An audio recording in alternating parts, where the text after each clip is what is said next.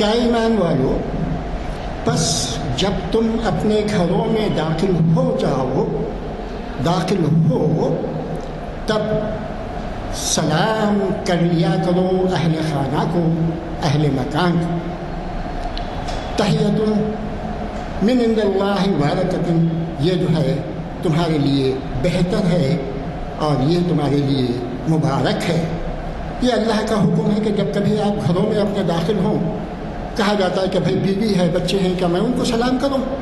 نہیں، اللہ کا حکم ہے یہ کہ جب کبھی تم اپنے گھروں میں داخل ہو جاؤ تو اہل خانہ کو سلام کر لو، ان کے اوپر مبارک برکات سلامتی کی دعا کرو، خیر و برکت کی دعا کرو، اور یہ جو ہے اللہ کا حکم تمہارے لیے ہے۔ پھر اس کے بعد اللہ تعالیٰ فرماتے ہیں کہ ہم نے تمہارے لیے کھول کھول کر قرآن مجید میں تمام باتیں واضح کر دی ہیں تاکہ تم لوگ سمجھ لو، تاکہ تم لوگ اپنی عملی زندگی میں لے آؤ۔ آج ہم کتنے ہیں جو ہے ان باتوں کے اوپر، قرآن کے احکام کے اوپر عمل کرتے ہیں۔ کہنے کو تو بڑے دیندار ہیں، زندگی کا کافی عرصہ گزار چکے ہیں، معزز ہیں اپنے محلے میں، معزز ہیں اپنے خاندان میں، لیکن قرآن کی آیات کو ہم کتنا جو ہے عمل پیرا ہیں، ذرا غور کر لیں اور قرآن کی آیتوں کو ہم جو ہے پوری اپنی زندگی میں لانے کی کوشش کریں۔ اللہ تعالی ہم سب کو اس کے اوپر عمل کرنے کی توفیق نصیب عطا فرمائے۔ آج 30 مارچ ہے، جامع مسجد عالیہ گنج فاؤنڈری کے اندر ہماری اقبال شناسی کی یہ نشست 169ویں نشست ہے جو منعقد ہو رہی ہے۔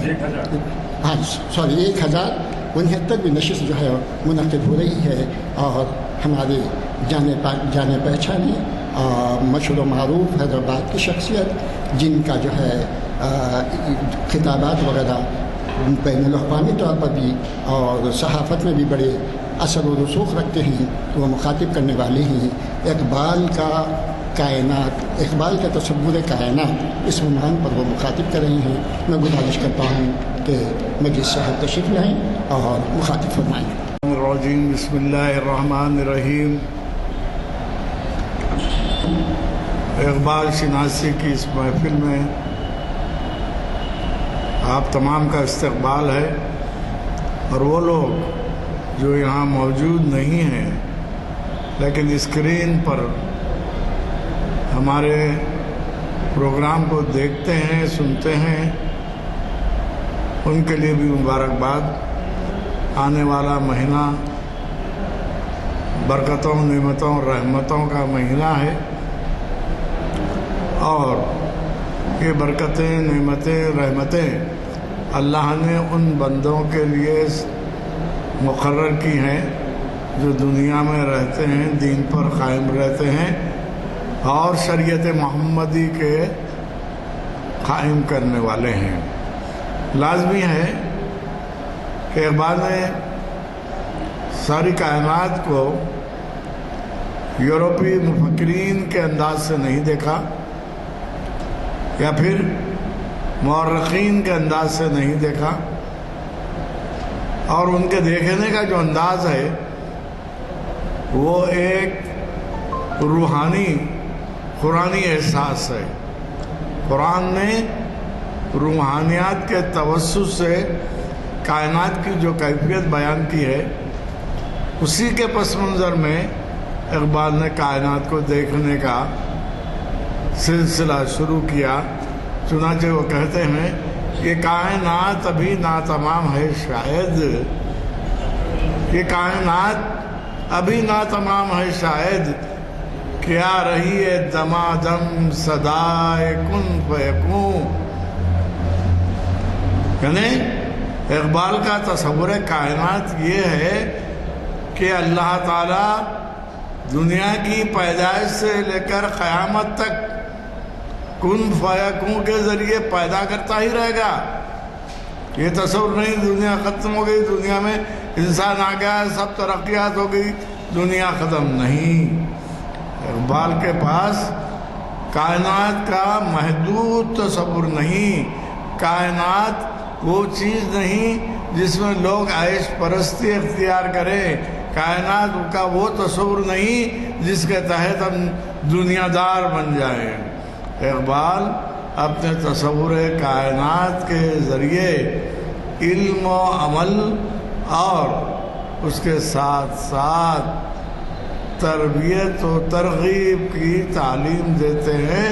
کوئی یہ کام دنیا میں کر رہا ہے تو وہ اقبال کی تصور کائنات کا ایک بہترین نمونہ ہے۔ اب لازمی ہے کہ اللہ تعالیٰ نے اسفلا سافلین میں نہیں پیدا کیا، اللہ تعالیٰ نے انسان کو احسن تقویم کہا ہے۔ یہ ایسی تقویم ہے، یہ ایسی قوم ہے جو احسن ہے۔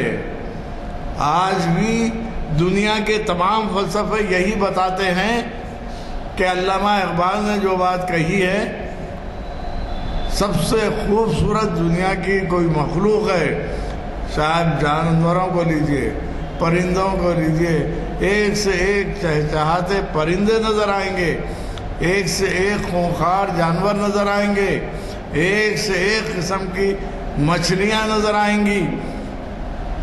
ان تمام میں اللہ تعالیٰ نے انسان کو احسن تقویم بنایا ہے۔ کیوں بنایا ہے؟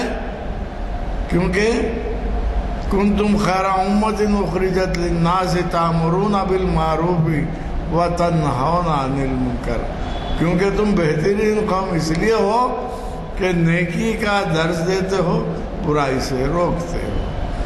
تو علامہ اقبال نے کائنات میں انسان کا مجہول تصور نہیں دیا۔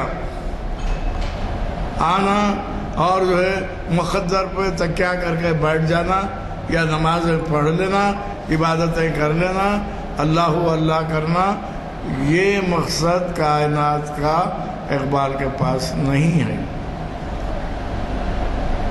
اقبال نے خود کہا کہ حتیٰ کہ ان کے دور میں سیاسی بازیگری چل رہی تھی، پہلی جنگ عظیم دوسرے جنگ عظیم کے سامنے ہو چکے تھے، ایٹم بم ایجاد ہو چکا تھا، ترقیات سائنس کی آگے بڑھ رہی تھی۔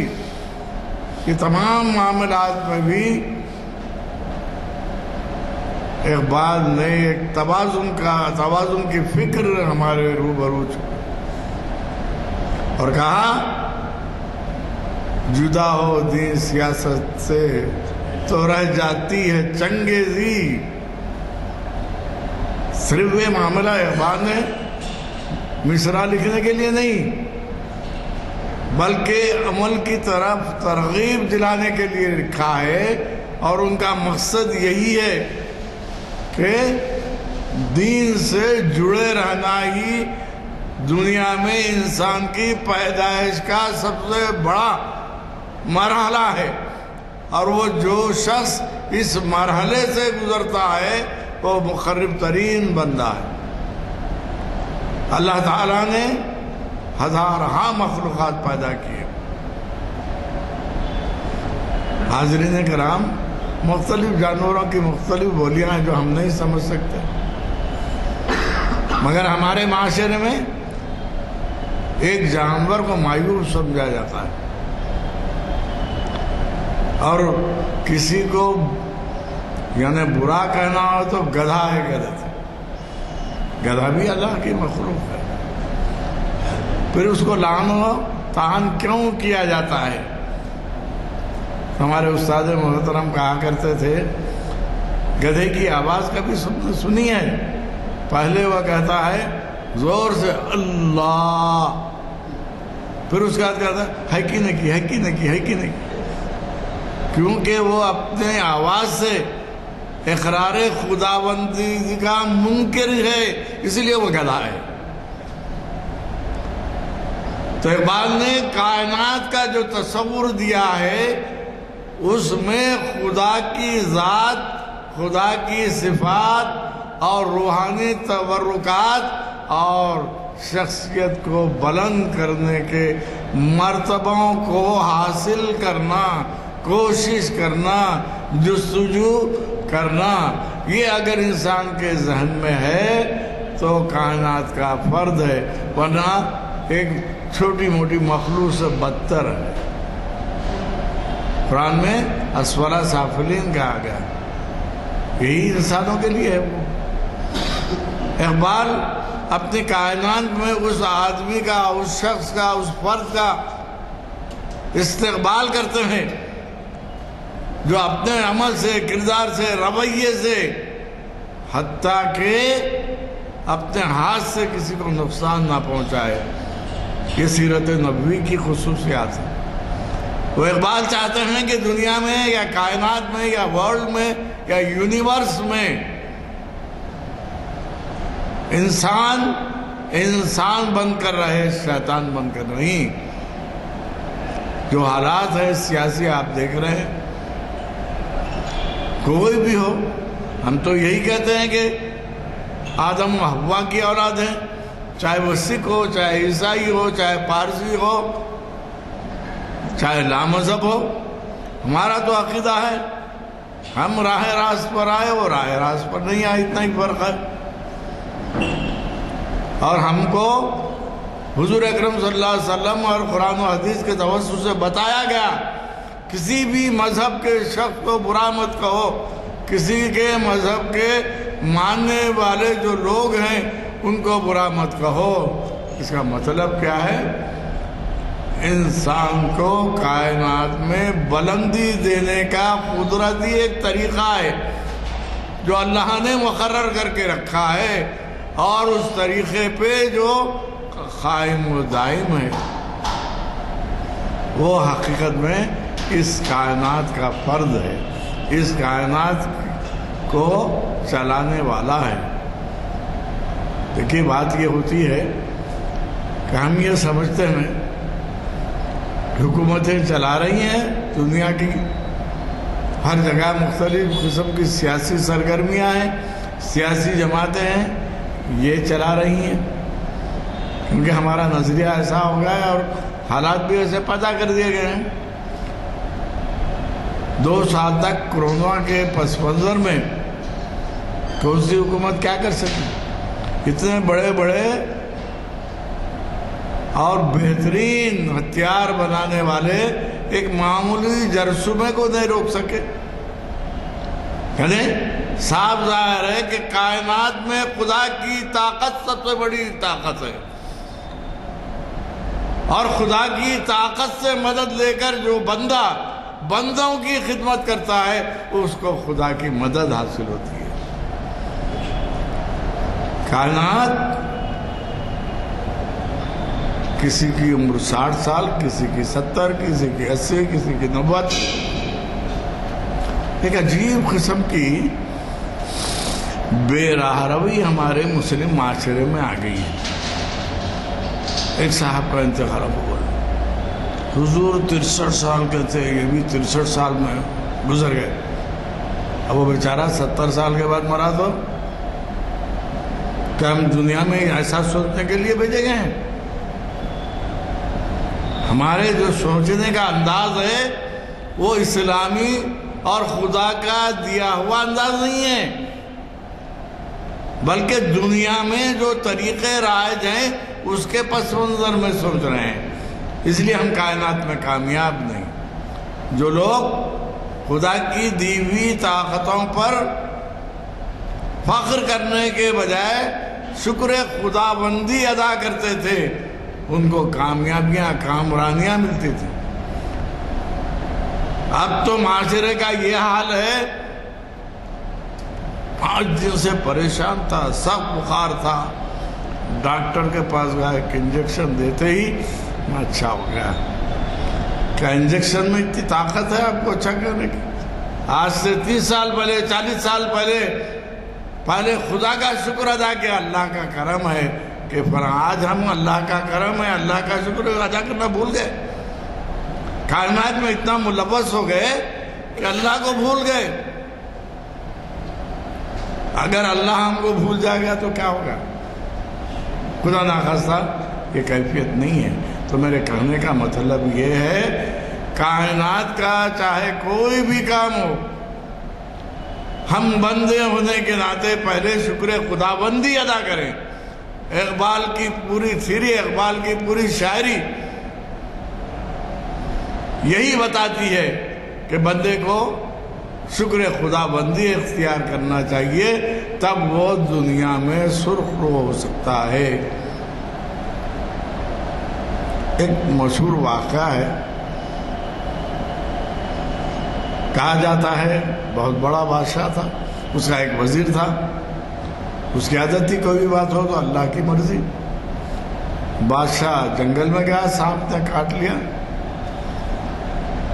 وزیر نے کہا اللہ کی مرضی۔ بادشاہ کو غصہ آ گیا، میری تو موت ہونے والی تھی اور یہ اللہ کی مرضی کہہ رہا ہے، یہ بھی کوئی بات ہے، نکال دو اس کو وزارت سے۔ نکال دیا گیا، آ کے خاموش بیٹھ گیا بیچارہ۔ چند دنوں کے بعد پھر بادشاہ جنگل میں شہر و شکار کو گیا، تو وہاں کچھ جنگلی قبیلے تھے، سب سپاہیوں کو گھیر لیے، اور ایک ان کا جو سربراہ تھا ہر ایک شخص کے پاس جاتا اور اس کو کاٹ کے دیکھتا تھا۔ وہ انسان کا گوشت کھانے والے انسان تھے، جتنے سپاہی تھے سب کو ان لوگوں نے بند کر لیا۔ بادشاہ کے پاس آ کر اس نے جب اس کا خون چوسا، تھوک دیا، کہا اسے چھوڑ دو۔ اس کے جسم میں اللہ نے سانپ کے زہر کی طاقت بھر دی تھی، اس کی بادشاہت بچ گئی۔ یعنی کوئی بھی اچھا کام بھی ہوتا ہے من جانب اللہ ہوتا ہے، کوئی بھی برا کام بھی ہوتا ہے تو اللہ کی مرضی سے ہوتا ہے۔ زندگی دیتا ہے اس کی مرضی، دنیا سے بلا لیتا ہے اس کی مرضی۔ جب انسان میں ان صلاحیتوں کا عروج ہو، ان صلاحیتوں کو بڑھانے کی صلاحیت پیدا ہو، تب وہ اس کائنات کا وہ بندہ ہے جس کو اللہ اور اس کے رسول نے مشخص کیا ہے، تعین کیا ہے اس دنیا میں۔ ایک اور چیز، بعض معاملات میں ہم فروگزاشت کرتے ہیں۔ کیا کرتے ہیں کہ ہم یہ سمجھتے ہیں جو عبادت گزار بندہ وہی، جو نمازیں پڑھتا ہے وہی ہے، اللہ کے فیصلے کچھ اور ہیں، اللہ تعالیٰ کے فیصلے کچھ اور ہیں۔ جس کو چاہے نوازتا ہے۔ کتنے قابل انجینئر، ڈاکٹرز، فلاسفر موجود ہیں، کوئی ملازمت نہیں ہے۔ کتنے لوگ ہیں جو پان کا ڈبہ چلا رہے ہیں، کار میں گھوم رہے ہیں۔ مولا کی مرضی اور کائنات میں انسان کے رہنے کا مقصد ہی یہی ہے کہ خدا کے ہر فیصلے پر حامی اور فرما بردار رہے۔ آپ بولیں گے یہ کیا ظلم بھی ہوا تو برداشت کرنا؟ دکن کا جو شاعر تھا ملا وجی، 1635 میں اس کی پہلی داستان صبرس چھپی، اردو کی دکنی کی پہلی کتاب ہے۔ اس میں کیا لکھا ہے اس نے؟ حقیقت میں دیکھا جاتا ہے غصہ حسن و دل۔ ایک خاتون ہے جس کا نام حسن ہے، ایک مرد ہے جس کا نام ہے دل، یعنی عام زبان میں جس کو حسن و عشق کا قصہ یا مرد عورت کا قصہ۔ اس میں جو باتیں لکھی ہیں، اس نے لکھا ہے صبوری کرو، صبر اختیار کرو۔ کیسا صبر؟ اگر آسمان سے آگ بھی گر رہی ہے تو بھی صبر اختیار کرو۔ کتنا بڑا صبر دے رہا ہے وہ۔ پہلے ادب بھی لکھا جاتا تو اس کے پس منظر میں مذہبی نقطہ نظر سے انسان کو زندگی گزارنے کے طریقے بتائے جاتے تھے۔ آج تو وہ ادب لکھا جا رہا ہے جس میں عیاشی کے طریقے بتائے جاتے ہیں۔ تو مطلب کیا ہوا؟ دنیا میں رہتے ہوئے دنیا کی چیزوں اور لذتوں سے آشنا ہو کر لوگوں نے جو ادب دیا، اس نے بھی ہم کو اصل راہ سے ہٹا دیا ہے۔ میں یہ نہیں کہتا ادب برا ہے، بلکہ ہمیشہ وہ مصرع اقبال کا بار بار ذہن میں آتا ہے کہ جو شے کی حقیقت کو نہ سمجھے وہ نظر کیا. ہر چیز میں اللہ نے اپنی حقیقت کو پیوست کر دیا ہے. ذرے میں کائنات دیکھی جا سکتی ہے، جبکہ ویسی نظر پیدا کی جائے. ویسی نظر پیدا کرنے میں علامہ اقبال نے وہ طریقے جس سے انسان دنیا سے بیزار ہوتا ہے اس کی مخالفت کی ہے، اور دنیا میں جستجو عمل کے ساتھ کام کرتا ہے اس کی حمایت کی ہے. اقبال کے پاس، اقبال مرحوم رحمۃ اللہ علیہ کے پاس مختلف قسم کے لوگ آتے تھے. ایک ہندو پنڈت پہنچا، ایک چھوٹی سی شیشی لیے ہوئے، تھوڑا پانی ڈال دیا، شیشی کو الٹا، پھر اس کے بعد تھوڑا پانی ڈال دیا. تو لوگ بولنے لگے کیا پاگل آدمی ہے. تو لوگ بیٹھے ہوئے تھے. علامہ اقبال نے کہا میں نے بات سمجھ لی ہے. تو کیا سمجھی؟ تو اقبال نے کہا تم جو بات بتانا چاہ رہے ہو، بندہ عبادت کر کے اونچا مقام پیدا کر لے تو وہ خدا ہو جاتا ہے. تم یہی بتانا چاہ رہے ہو کہ پانی ڈال کر بندہ لاکھ کوشش کرنے کے بعد بھی خدا نہیں ہو سکتا. بندہ بندہ ہی ہے، خدا خدا ہی ہے. جس طرح ندیوں کا پانی سمندروں میں جا کے گر کے سمندر بن جاتا ہے، ویسا نہیں ہے. انسان کی ذات خدا کی ذات میں فرق ہے. دیکھیے یہ تدبر و تفکر کی بات اس نے غیر واضح طور پر ثابت کرنے کی کوشش کی، اس کو بھی اقبال نے بتا دیا. اس وقت معاملہ ایسا تھا، دنیا کے مختلف طریقے رائج تھے اور تیز رفتاری کے ساتھ ایک چیز مسلمانوں میں فروغ حاصل کر رہی تھی، اور اس میں میل جول بھی پیدا ہو گیا تھا.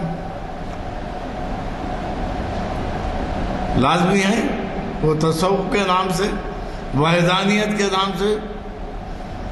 ہمارے تصوف میں گڈمٹ کر کے انہوں نے وحدان کا فلسفہ، بھکتی کا فلسفہ ڈال دیا. کہا کہ وہی آپ کے پاس اللہ ہے، رسول ہے، راستہ ہے. چار مینار کو جانے کے لیے کئی راستے ہیں، کوئی بھی راستے پر چلو. تو اقبال نے اس دور میں وہ فلسفہ جو تاریخ کو دنیا کا درس دیتا تھا، دنیا کو چھوڑ دینے کا درس دیتا تھا، اس فلسفے کی نفی کی ہے اور بتایا کہ قرآن اور حضور اکرم صلی اللہ علیہ وسلم کی سنت کا تقاضا یہی ہے کہ ہم عمل کریں اور اپنی نسلوں کو عمل کرنے کی طرف ترغیب دلائیں. یہ فلسفے کائنات جس میں انسان کو مجہول بنا کر، اپاہج بنا کر، لاچار بنا کر نہیں پیشہ کیا گیا، بلکہ بتایا گیا کہ در حقیقت یہاں سے دمادم کن فیکون کی آواز آ رہی ہے. اللہ تعالیٰ حضرت انسان کے ہاتھ میں علم دے کر، عمل دے کر ایسی چیزیں پیدا کرنے کی طاقت دے رہا ہے جو من جانب اللہ ہے، مگر بتوسط انسان ہے. اس فلسفے کو اقبال نے سمجھایا ہے کہ جو بھی چیز ہے وہ من جانب اللہ ہے. اگر بھلا آئیے، ہمارے کچھ دوستوں نے بڑی رنگینی منائی کہ بھئی وہ کووڈ چلے گا، چلو خوشیاں مناؤ. میں نے پوچھا کہ کیا کووڈ اگر تھا تو اللہ کی طرف سے نہیں تھا؟ وہ چلا گیا تو کیا وہ اللہ کی طرف سے نہیں ہے؟ پھر آپ خوشیاں کس بات کی بنا رہے ہیں؟ کہ آپ نے جو لوگ مر گئے وہ اچھا ہوا مر گئے، بلکہ کہ ہمارے تصورات جو ہے دنیا میں خوشی اور غم کے وہ بھی متزلزل ہے۔ اقبال کہتے ہیں کہ جس کا دل رجوع الی اللہ ہو وہ خوشی مناتا ہے، اور جس کا دل رجوع الی الدنیا ہو اس کو خوشی منانے کی ضرورت نہیں، کیونکہ وہ شیطان کا چیلا بننے والا ہے۔ اقبال کی شاعری میں آپ دیکھیں تو کہیں بھی قرآن نے، رسول نے جس کو دشمن، کھلا دشمن کہا شیطان، اقبال شیطان کو دشمن نہیں کہتے۔ کیوں نہیں کہتے؟ قرآن میں واضح ہے شیطان تمہارا کھلا دشمن ہے، پھر اقبال یہ کیوں نہیں کہتے؟ اقبال یہ کہتے ہیں اگر وہ نہ بہکاتا تو دنیا اتنی رنگین ہوتی، آدم و حوا اس دنیا میں نہ آتے تو حضرت انسان کو اتنی ایجادات کا موقع ملتا، اتنی سائنسز، اتنے علوم، اتنی زبانیں پھیلا سکتا۔ تو اس لحاظ سے شیطان انسان کا دشمن نہیں ہے، وہ دین کا دشمن ہے، روحانیات کا دشمن ہے۔ اقبال نے جو نظم لکھی، میں کھٹکتا ہوں دل یزداں میں کانٹے کی طرح، شیطان کہہ رہا ہے جبرائیل سے، میں کھٹکتا ہوں دل یزداں میں کانٹے کی طرح، تو فقط اللہ اللہ اللہ۔ یہ مصرے سے اقبال نے شیطان کو اونچا نہیں بتایا۔ آج دنیا کی کتنی بھی تاریخیں لکھی جائیں، شہادت حسین کو کوئی بھی یہی نہیں لکھا گا کہ حضرت امام حسین ناکام ہو گئے، نہیں لکھا جا سکتا۔ کیوں؟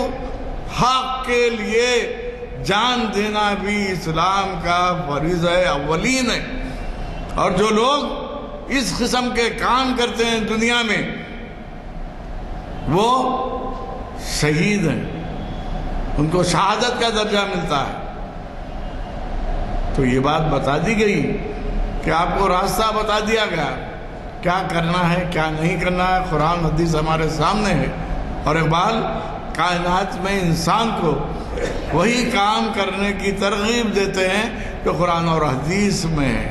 اس کا قطعی مطلب یہ نہیں کہ ہم دنیا کو چھوڑ دے کر کسی پہاڑ پر بیٹھ کر کسی یوگی کی طرح عبادت میں مشغول ہو جائے۔ میں معذرت چاہتا ہوں، اس کا مطلب قطعی یہ نہیں۔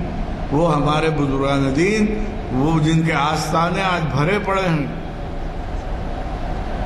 کئی لوگوں سے، مختلف لوگوں نے سوال کیا کہ آپ نے شادی کیوں نہیں فرمائی، سنت رسول ہے۔ تو حضرت نظام الدین محبوب الہی نے کہا ابھی مجھے خدا کے احکام کی تعمیل کرنے کا پورا موقع نہیں ملا، سنت کی طرف کدھر جاؤں؟ تو ان کے طریقوں کو غلط کہنا بھی غلطی ہے، یہ بندے کی نادانی ہے۔ اللہ تعالیٰ جس سے چاہے جو کام لے لیتا ہے۔ لازمی ہے جس لائٹ میں ہم بیٹھے ہوئے ہیں، ایڈیسن کیا مسلمان تھا؟ اللہ نے اس کو توفیق دی، اس نے بلب بنایا۔ لاؤڈ اسپیکر بنانے والا کوئی مسلمان تھا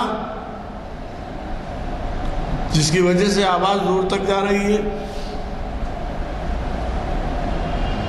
کسی صاحب نے کہا کہ اگر یہ جدید ایجادات ہمارے پاس نہیں ہوتے، خاندے کعبہ کے امام کی آواز بھی نہیں سن سکتے تھے۔ یہ کس نے دی؟ دوسری قوم سے آیا ہے۔ کیوں دیا؟ بعمل ہیں، شراب پیتے ہوں گے، بیہودے ہوں گے، مگر ان کا رویہ انسان سے انسان کا وہی ہے۔ وہ دیکھتے نہیں ہے ہندو ہے، سکھ ہے، عیسائی ہے، یہ پارسی، قطعی نہیں۔ یہ چیزیں ہمارے معاشرے میں آ چکی ہیں، بندے کو بندے سے جدا کرنا۔ کسی شاعر کا جو مصرع ہے، میں اس کا بندہ بنوں گا جو جس کو خدا کے بندوں سے پیار ہوگا۔ یہ فلسفہ کائنات میں انسان کی زندگی کا ہے، اور اس کے توسط سے علامہ اقبال نے انسان کو راہ راست اختیار کرنے کی ترغیب دلائی ہے۔ ان کا پورا فلسفہ، ان کی شاعری اور ان کا کلام، چاہے وہ تصور خودی کے توسط سے ہو، خود میں صلاحیتیں پیدا کرنا۔ یہاں حال یہ ہے کہ بڑے بڑے عہدوں پر ہیں، خود اپنے میں کیا صلاحیت ہے معلوم نہیں۔ بڑے بڑے ڈاکٹر بن گئے ہیں مگر وہ صلاحیت نہیں ہے۔ جو بھی صلاحیت رکھنے والے ہیں ان کو اللہ نے اس لیے نوازا ہے کہ اس میں جو صلاحیت دی گئی، ابھی میں نے آتے ہی پوچھا کہ بھئی میرے سیدھی آنکھ میں کیٹریکٹ آ گیا ہے، تو فوراً سینئر ایڈوکیٹ صاحب نے کہا ہدایت اللہ سے علاج کرا لیجیے۔ کیوں بھائی ہدایت اللہ کا نام کیوں آ رہا؟ اللہ تعالیٰ نے اس کو وہ صلاحیت دی ہے۔ ہزاروں ڈاکٹر ہوں گے، آئی اسپیشلسٹ، ہزاروں نیفرالوجسٹ ہوں گے، مگر خدا جس کی مقام کی بلندی چاہتا ہے۔ حضرت موسیٰ علیہ السلام نے ایک مرتبہ پوچھا، اے اللہ تجھے کبھی ہنسی بھی آتی ہے؟ کلیم اللہ تھے، اللہ سے باتیں کرتے تھے، کیا تجھے کبھی ہنسی بھی آتی ہے؟ تو اللہ نے کہا ہاں۔ تو پوچھا کب آتی ہے؟ جب میں دنیا میں کسی کو اونچے مقام پر پہنچانا چاہتا ہوں اور دنیا اس کو تذلیل کرنا چاہتی ہے تو مجھے ہنسی آتی ہے۔ میری طاقت کے سامنے دنیا کی کیا طاقت ہے؟ پھر دوسری مرتبہ کب؟ تو کہا کہ جب میں دنیا میں کسی کو ذلیل کرنا چاہتا ہوں اور دنیا کی طاقتیں اس کو محترم بنانا چاہتی ہے تو مجھے ہنسی آتی ہے۔ آج کوئی مسلمان اپنے بیٹے کا نام یزید رکھتا ہے؟ رکھے گا؟ قطعی نہیں رکھے گا۔ کیوں؟ کہ اس کے کردار نے تاریخ کو ایک ایسا نمونہ پیش کر دیا کہ قیامت تک اس کے نام کے ساتھ لعنتیں برستی رہیں گی۔ تو اللہ تعالیٰ کی طاقت جو ہے، اس طاقت کو پہچانتے ہوئے دنیا میں انسان زندگی گزارتا ہے تو صحیح طور پر وہ بندگی کا راستہ اختیار کرا۔ اقبال صرف اور صرف یہی کہتے ہیں کہ بندگی اختیار کرو۔ کیسی بندگی؟ ہمارے بزرگان دین، ہمارے صوفیاء کرام اور بڑے بڑے علماء جو گزرے ہیں، جو بڑی بڑی کتابیں لکھے ہیں، ان کی روش، ان کا طریقہ، ان کے جو ہے لکھنے پڑھنے اور دین کو پھیلانے کا طریقہ، یہ ہم اختیار کر رہے ہیں۔ تو لازمی ہے کہ کائنات میں انسان کے وجود کو اقبال نے جس انداز سے پیش کیا ہے اس کی تعمیل کی طرف آگے قدم بڑھا رہے ہیں۔ اگر یہ نہیں کر رہے ہیں تو سمجھیے کہ ہم میں اور بے زبان جانور میں کوئی فرق نہیں ہو۔ ہم اپنے آپ کو آئیڈینٹیفائی کریں، شناخت کریں کہ اللہ نے جو صلاحیتیں ہم کو دی ہیں۔ آج تو اتنی بے اعتدالیاں ہیں، حکم یہ ہے کہ آپ کو 3 مرتبہ ہاتھ دھونے کا حکم ہے، آپ نے وضو میں 4 مرتبہ ہاتھ دھو لیا، قیامت کے دن اس کی بھی پوچھ ہے۔ کیوں کہا گیا؟ کسی بھی چیز کو ویسٹ نہیں کرنا چاہیے، برباد نہیں کرنا ہے، تباہ نہیں کرنا چاہیے۔ ہمارے نانا دادا، خود والد، لوٹے میں ٹوٹی کا لوٹا رہتا تھا، نل میں پانی آتا تھا لیکن وہ لوٹے سے وضو کرتے تھے، پانی ویسٹ نہیں کرنا۔ آج ہے ہم نل کھولتی اطمینان سے، تو کسی چیز کی قدر نہیں کرنا بھی خدا کی نافرمانی ہے۔ اقبال نے تصور کائنات میں بتایا کہ اللہ تعالیٰ نے جتنی مخلوقات بنائی ہیں، جتنے جانور پرندے، ہر ایک کی تعظیم کرنا اور ہر ایک کا حق ادا کرنا، اور ہر ایک کو اگر وہ محسوس ہو جانور ہوتے ہوئے بھی تو اس کا علاج کا بھی اہتمام کرنا یہ انسانیت کا فریضہ ہے۔ اقبال ایسے انسان کو دنیا میں رکھتے ہیں، کائنات میں رکھتے ہیں، اس میں یہ چیزیں پیدا نہ ہو تو اقبال یہ سمجھتے ہیں اس کا دنیا میں رہنا بیکار ہے۔ ایک صاحب کافی عمر ہو گئی، نبوت کے پیٹھے میں تھے، تو ایک بچہ جو ہے بیٹھا، ماہ رمضان میں تو افطار کے لیے سب بیٹھتے ہیں، تو پوچھا کہ آپ اتنے ضعیف دکھ رہے ہیں، کیا عمر ہے؟ انہوں نے کہا کہ ابھی تو 8 سال ہے۔ تو کہا کہ 8 سال کیسے؟ میں خود جو 15 سال کا ہوں۔ تو کہا پوری زندگی دنیا داری میں گزر گئی، گزشتہ 8 سال سے اللہ اور رسول کی نگہبانی میں گزار رہا ہوں، اس لیے میری عمر 8 سال ہے۔ کہنے کا مطلب یہ اللہ ہر شہری کو، ہر مسلمان کو، ہر لا الہ الا اللہ محمد رسول اللہ بولنے والے کو یہ توفیق دے، وہ اپنی صلاحیتیں پہچانے۔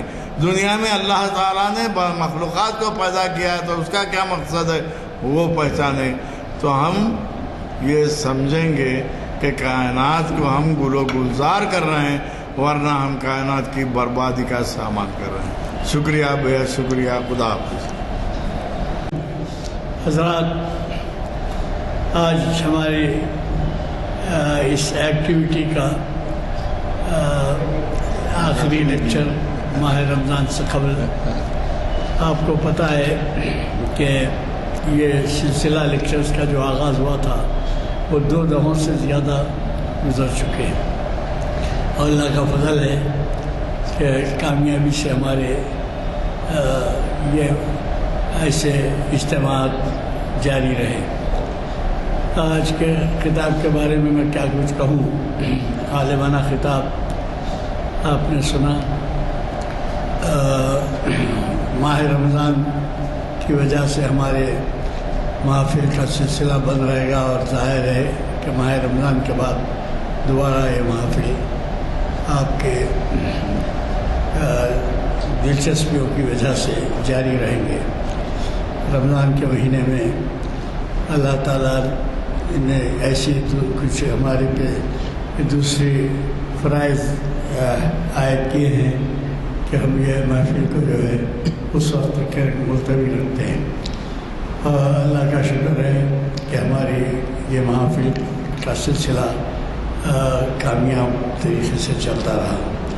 ہم آج کے ہمارے مقرر صاحب کے خطاب کے بارے میں جو کچھ ہدایات ہمارے پس پردہ ملتی ہیں اس پر عمل کی کوشش کریں گے۔ مجھے قوی امید ہے کہ آپ ہمارے اس سلسلے کو جاری و ساری رکھیں گے، اور جیسے ہی ہمارا ماہ سیام کے اختتام کا وقت آئے گا، ہم اس وقت جو ہے پھر دوبارہ ان محافل کو چالو کریں گے۔ اب اندازہ لگائیے کہ 22-23 سال سے سلسلہ چل رہا ہے، اور بالکل کبھی بھی سوائے وہ ایمرجنسی پیریڈ میں جب پابندیاں عائد کی گئی تھی، کچھ دنوں کے لیے محافل نہیں ہوئے، ورنہ محافل کا سلسلہ جاری رہا۔ مجھے قوی توقع ہے کہ آپ حضرات جو دلچسپی لیتے ہیں ان کا سلسلہ جاری رکھیں گے۔ نہ صرف یہ بلکہ ایک گزارش ہے، اس میں خیال رکھیں جو ہمیشہ میں کہتے آیا ہوں کہ ہماری محافل میں نوجوان ہم رہتے ہیں، اور نوجوانوں کے جو مشاغل ہیں، کھیل کود، تعلیم، یہ سب جاری ہے، لیکن یہ دینی اجتماعات میں ان کی شرکت جو ہے ذرا کھٹکتی ہے کہ شرکت کیوں نہیں ہوتی ہے۔ یہ آپ کے ہماری لیے توجہ کی طالب ہے۔ آئندہ خیال رکھیے کہ نوجوانوں کو بھی آپ ترغیب دیں گے، ساتھ لائیں گے۔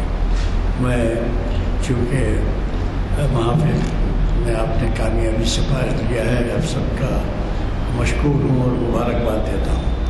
میں آج کے مقرر صاحب سے دعا کی گزارش کرتا ہوں۔ علامہ اقبال نے جو دعا مانگی تھی وہ ایک شعر کے ذریعے تڑپنے پھڑکنے کی توفیق دے، دل مرتضیٰ دل مرتضیٰ سوز صدیق دے، ہمارے دل اس سے خالی ہیں اللہ۔ ماہ رمضان کے توسط سے ہمارے دلوں میں تڑپنے پھڑکنے کی اور سوز صدیق کی کیفیت پیدا کر دے۔ جس طرح ہم اس مہینے میں پورا مہینہ اللہ کے احکام کی تعمیل کرتے ہیں، باقی پورے سال اے اللہ ہم کو اس انداز سے زندگی گزارنے کی توفیق دے۔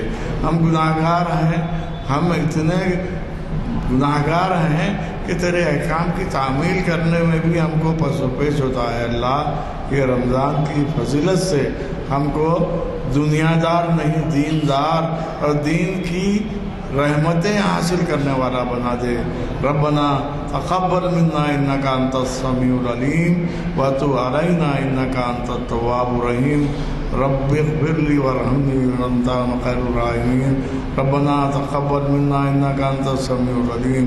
سبحان ربک رب العزۃ عما یصفون وسلام علی المرسلین والحمد للہ رب العالمین۔ جزاک اللہ۔ ماشاء اللہ سے ہم کو رمضان المبارک کے تعلق سے بڑا اہم جو ہے پیغام ملا، لیکن پھر میری یہ گزارش ہے کہ آپ قرآن کو جو ہے جب رمضان المبارک میں پڑھتے ہیں تو اس کے معنی و مفہوم کو بھی ضرور اپنے ذہن میں رکھیں، اس کو معلوم کریں کہ کیا ہے۔ ایک واقعہ چھوٹا سا جو حقیقت پر مبنی ہے میں آپ سے کہنا چاہتا ہوں، وہ یہ کہ ایک مصری عالم دین تبلیغ کے سلسلے میں اٹلی گئے۔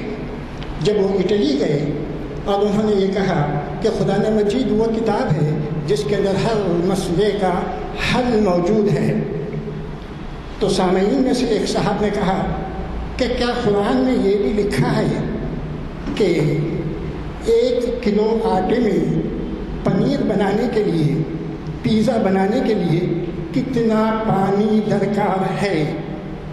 یہ اس کا سوال تھا، جبکہ آپ کا دعویٰ تھا کہ قرآن مجید میں ہر ایک کا جواب موجود ہے، وہ راہ عمل ہے، اس کے اوپر ہدایتی ہی وہ صحیح زندگی کے گزارنے کا طریقہ ہے۔ تو اس نے یوں چیلنج کیا کہ کیا پیزا بنانے کے لیے 1 کلو آٹے کے اندر کتنا پانی درکار ہے، کیا یہ بھی قرآن میں لکھا ہوا ہے؟ تو عالم دین کا جواب تھا، جی ہاں یہ بھی قرآن میں لکھا ہوا ہے۔ فوری انہوں نے یہ کیا کہ سورہ نحل کی 43ویں آیت کو بتایا، پڑھا اور سنایا کہ دیکھو اس آیت کے اندر اس کا جواب ہے، اور اس آیت کا مفہوم یہ تھا کہ جب تمہیں کوئی بات معلوم نہ ہو تو متعلقہ شخص جو اس کا علم رکھتا ہے اس سے پوچھ لیا کرو۔ معقول جواب تھا، لیکن ہم لوگوں کی نادانی ہے کہ ہم سمجھتے نہیں، قرآن پڑھتے ہیں، اس پر عمل نہیں کرتے۔ آپ لوگوں سے گزارش ہے کہ رمضان المبارک میں جتنا بھی قرآن پڑھیں اس کو سمجھنے اور اس پر عمل کرنے کی کوشش کریں۔ واخر دعوانا الحمدللہ رب العالمین۔